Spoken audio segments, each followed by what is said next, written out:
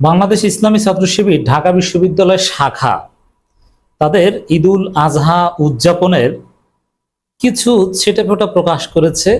মুহূর্তের মধ্যেই তোলপাড়, অনেকে চমকে উঠেছে। এটা কি?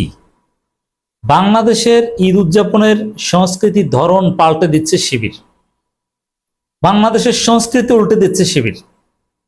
কেউ যেটা করেনি করছে, শিবির সেটা করছে।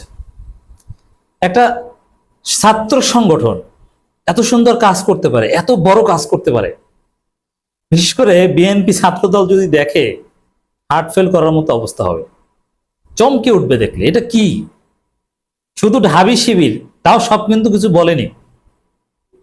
দর্শক, আপনাদেরকেও দাওয়াত দিচ্ছি যারা ঢাকা বিশ্ববিদ্যালয়ের সাবেক। শিবির কি করেছে? শিবির ঢাকা বিশ্ববিদ্যালয়ে গরু কোরবানি দেবে। আমি আগেও বলেছি, আবারও বলছি, ঢাকা বিশ্ববিদ্যালয় শিবির সে হাসিনার চরম দুঃসময়ে 2013 সালের চাইতে দুঃসময় বাংলাদেশে কখনো ছিল না। 2013 সালেও শিবির ঢাকা বিশ্ববিদ্যালয় বিভিন্ন হলে কোরবানি দিয়েছে এবং হলের যারা স্টাফ ছিল গরিব, তাদের কাছে কোরবানির গোশত পৌঁছে দিয়েছে। অর্থাৎ কোরবানি দেওয়া এটা ঢাকা বিশ্ববিদ্যালয় শিবির সব বিভিন্ন বিশ্ববিদ্যালয় শিবিরের ঐতিহ্য। এমনকি এই 2022 সাল 23 সালও রাজশাহী বিশ্ববিদ্যালয় শিবিরের গোশত বা এগুলো নিয়ে নানা আলোচনাও হয়েছে। সে গোশত কি করবে এটা নিয়েও নানা বিতর্ক পত্রিকাও এসেছিল। তো দর্শক, কিন্তু এবছর শিবিরের ইতিহাসে সবচেয়ে ব্যতিক্রমী একটা বছর। ঢাকা বিশ্ববিদ্যালয় শিবির যেভাবে প্রকাশ্যে বিশাল জনসমর্থন নিয়ে কার্যক্রম চালাচ্ছে, এত জনসমর্থন কখনো শিবিরে ছিল না। হ্যাঁ, 80-র দশকের একটা সময় 77-এর পর শিবির প্রকাশ্যে ঢাকা বিশ্ববিদ্যালয় কার্যক্রম চালাতো। 90 সালের পর থেকে এটা নিষিদ্ধ হয়েছে বা বন্ধ হয়েছে, কিন্তু এত বেশি জনসমর্থন কখনো ছিল না শিবিরের। সেই শিবির এবার 2025 সালে ঈদুল আজহা উদযাপন করছে। তা কোরবানি দেবে কয়টা গরু এটা এখনো সিক্রেট। গরু মিছিল করবে শিবির। আপনারা যারা জানেন না, জাতিকে জানিয়ে দিন, বিএনপি ছাত্রদলকে জানিয়ে দিন, শিবির গরু নিয়ে মিছিল করবে। বিশ্ববিদ্যালয় এক প্রান্ত থেকে আরেক প্রান্ত গরু মিছিল নিয়ে যাবে। কয়টা গরু?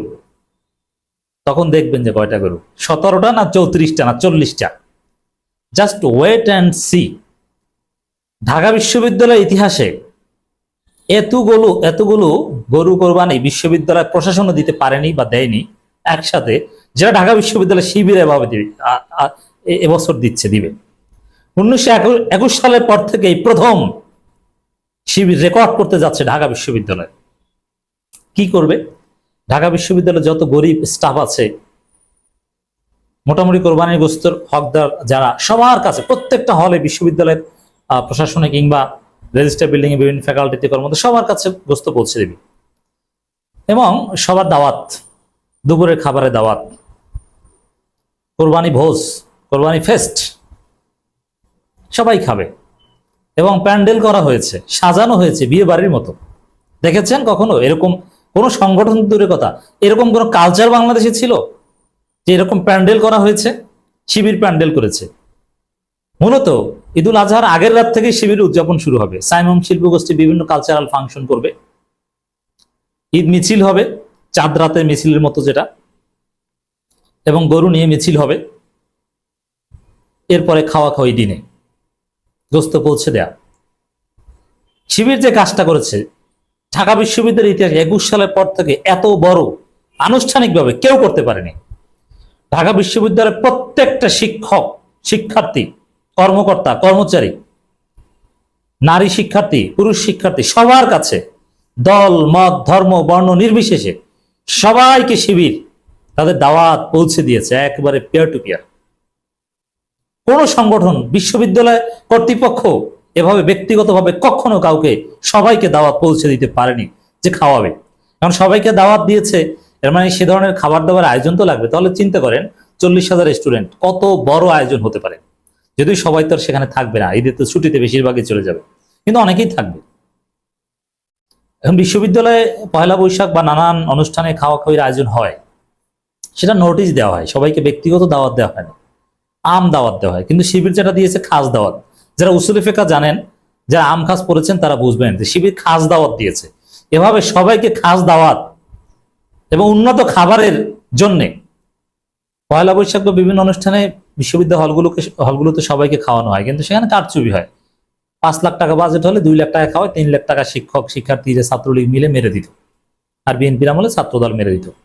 আর এখানে উন্নত খাওয়ানো হবে, যেরকম খাবার ঢাকা বিশ্ববিদ্যালয়ের শিক্ষার্থীরা অতীতে বিশ্ববিদ্যালয়ে বসে খেয়েছে কিনা সন্দেহ আছে। তো এতে চমকে উঠবেন না, তাহলে চমকে উঠবেন কিসে? একটা ছাত্র সংগঠন না সরকার?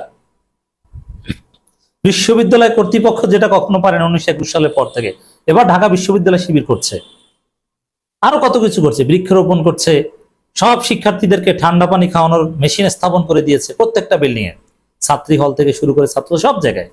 এক একটা হলে যদি 3টা বিল্ডিং থাকে, 3টে বিল্ডিং এ দিয়েছে, যাতে শিক্ষার্থীরা চাইলেই ঠান্ডা পানি খেতে পারে।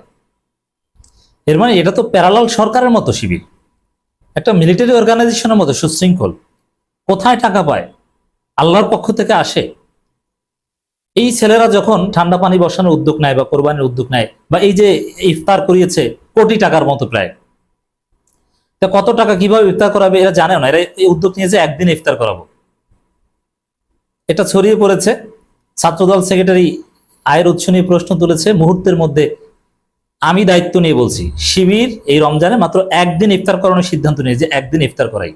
প্রত্যেকদিন ইফতার করানোর কোনো সিদ্ধান্ত নেয়নি, কিন্তু একদিন ইফতার করানোর পরে অটোমেটিক্যালি টাকা এসেছে যে প্রত্যেকদিন ইফতার করাও তোমরা, কত টাকা লাগবে আমি দিব, আমরা দেব। এটাকে বলে আল্লাহর সাহায্য।